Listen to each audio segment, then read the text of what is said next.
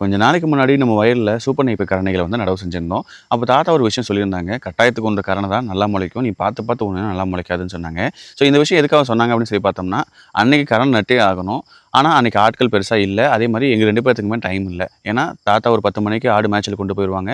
நான் ஒரு 10 மணிக்கு என்னோடய ஆஃபீஸ் ஒர்க்குக்கு போகணும். ஸோ இந்த கேப்புக்குள்ளே நம்ம கரணை நடவு செய்யணும் அப்படின்னா, டிராக்டர் கலப்பை போன தடத்துலேயே வந்து கரணையை போட்டு மண்ணை மூடினா தான் ஒரே வழி.